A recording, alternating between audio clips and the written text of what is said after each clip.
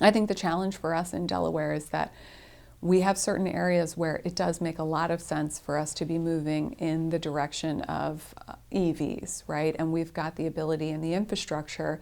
Again, as the state treasurer, I do the infrastructure investing through our bond issuances. So that type of infrastructure is in place in certain areas.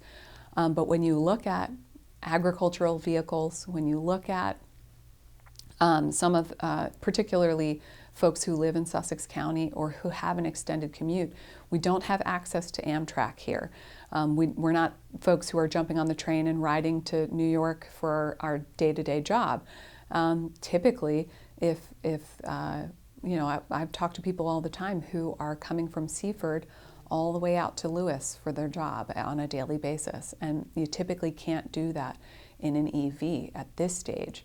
You look at the winter months and the hot, season of the summer and the traffic, and there's a risk that people take that they won't actually get to their destination before their battery runs out. And I think, again, when we're talking about the costs, we're talking about, individuals' pockets and whether or not they can actually afford the higher ticket price that goes along with an EV.